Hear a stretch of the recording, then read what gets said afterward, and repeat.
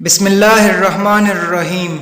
آپ صلی اللہ علیہ وسلم نے فرمایا، فجر اور اشراق، عصر اور مغرب اور عشاء کے دوران سونے سے باز رہا کرو۔ اس فرمان میں بے شمار طبی حکمتیں پوشیدہ ہے۔ مثلا آج میڈیکل سائنس نے ڈسکور کیا کہ کرۂ ارض پر فجر اور اشراق کے دوران آکسیجن کی مقدار سب سے زیادہ ہوتی ہے۔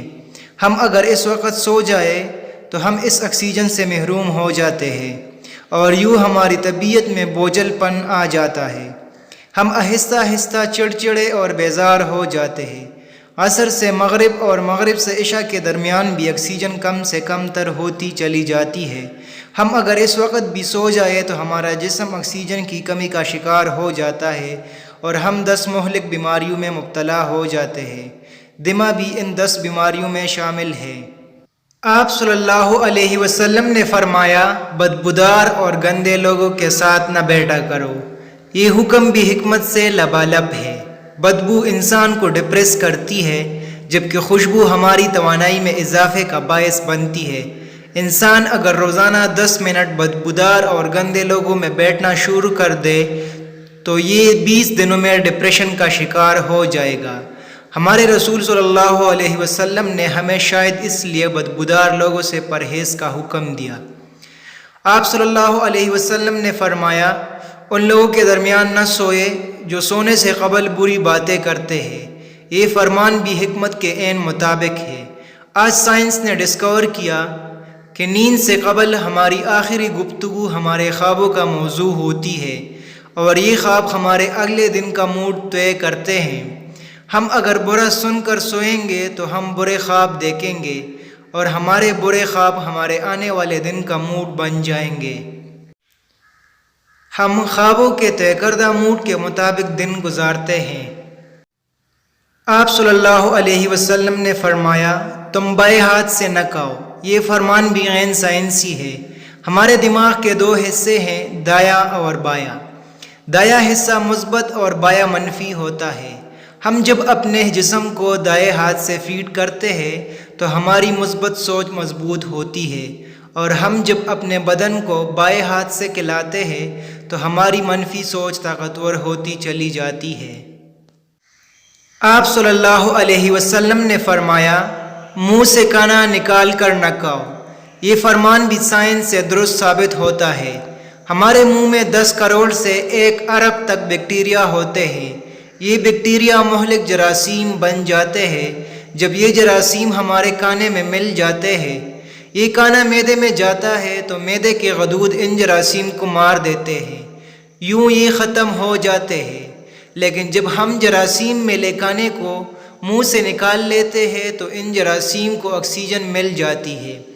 یہ آکسیجن سیکنڈ کے 1000ویں حصے میں ان جراثیم کی تعداد کروڑوں تک پہنچا دیتی ہے۔ یہ نیا جراثیم معدے کے غدود سے بھی طاقتور ہوتے ہیں۔ ہم جب منہ سے نکلے لقمے کو دوبارہ منہ میں رکھتے ہیں تو یہ لقمہ معدے میں پہنچ کر زہر بن جاتا ہے اور یہ زہر ہمارے پورے نظام ہضم کو تباہ کر دیتا ہے۔ ہمارے رسول اللہ صلی اللہ علیہ وسلم نے فرمایا، ہاتھ کے کڑاکے نہ نکالا کرو۔ سائنس کا کہنا ہے کہ ہم میں سے جو لوگ انگلیوں کے کڑاکے نکالتے رہتے ہیں ان کے جوڑ کھولنا شروع ہو جاتے ہیں اور یہ جلد آرتھرائٹس کا شکار ہو جاتے ہیں۔ یہ جوڑوں کے درد کی شکایت بھی کرتے ہیں۔ آپ صلی اللہ علیہ وسلم نے فرمایا، جوتا پہننے سے قبل اسے جاڑ لیا کرو۔ ہماری زندگی کے عام واقعات میں کیڑے مکوڑے، بچھو، چھپکلیاں اور چھوٹے سانپ ہمارے جوتوں میں پناہ لے لیتے ہیں۔ چنانچہ ہم جب جوتا پہنتے ہیں تو ہمارے پاؤں کیڑے مکوڑے کاٹ لیتے ہیں۔ آپ صلی اللہ علیہ وسلم نے فرمایا، نماز کے دوران آسمان کی طرف نہ دیکھو۔ یہ فرمان بھی درست ہے۔ آسمان میں ایک وسط ہے، یہ وسط ہمیشہ ہماری توجہ کھینچ لیتی ہے۔ ہم جب بھی آسمان کی طرف دیکھتے ہیں ہماری توجہ ہٹ جاتی ہے۔ ہمیں توجہ واپس لانے میں ٹھیک ٹاک وقت لگتا ہے۔ نماز کے لیے یکسوئی درکار ہوتی ہے۔ ہم جب نماز کے دوران آسمان کی طرف دیکھتے ہیں تو ہم سجدے اور رکوع بھول جاتے ہیں۔ چنانچہ حکم دیا کہ نماز کے دوران آسمان کی طرف نہ دیکھو۔ آپ صلی اللہ علیہ وسلم نے فرمایا رفع حاجت کی جگہ یعنی ٹوائلٹ میں مت تھوکو۔ یہ حکم اپنے اندر دو حکمتیں رکھتا ہے۔ ٹوائلٹ میں تھوکنے سے بعد میں آنے والوں کو بھی تکلیف ہوتی ہے، اور دوسرا ٹوائلٹس میں لاکھوں قسم کے جراثیم بھی ہوتے ہیں۔ ہم جب تھوکنے کے لیے منہ کھولتے ہیں تو یہ جراثیم ہمارے منہ میں پہنچ جاتے ہیں۔ یہ ہمارے لعاب دہن میں پرورش پاتے ہیں، یہ معدے اور پھیپھڑوں میں پہنچتے ہیں اور پھر یہ ہمیں بیمار کر دیتے ہیں۔ آپ کو یہ جان کر حیرانی ہوگی کہ ہماری ناک جراثیم کو پھیپھڑوں تک نہیں جانے دیتی۔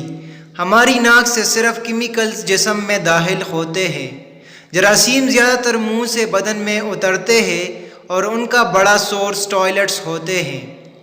آپ صلی اللہ علیہ وسلم نے فرمایا لکڑی کے کوملے سے دانت صاف نہ کرو۔ ہم میں سے بے شمار لوگ کوملے سے دانت صاف کرتے ہیں۔ کوملے سے ہمارے دانت وقتی طور پر چمک جاتے ہیں، لیکن یہ بعد ازاں مسوڑے بھی زخمی کر دیتا ہے، دانتوں کی جڑیں بھی ہلا دیتا ہے اور یہ منہ میں بدبو بھی پیدا کرتا ہے۔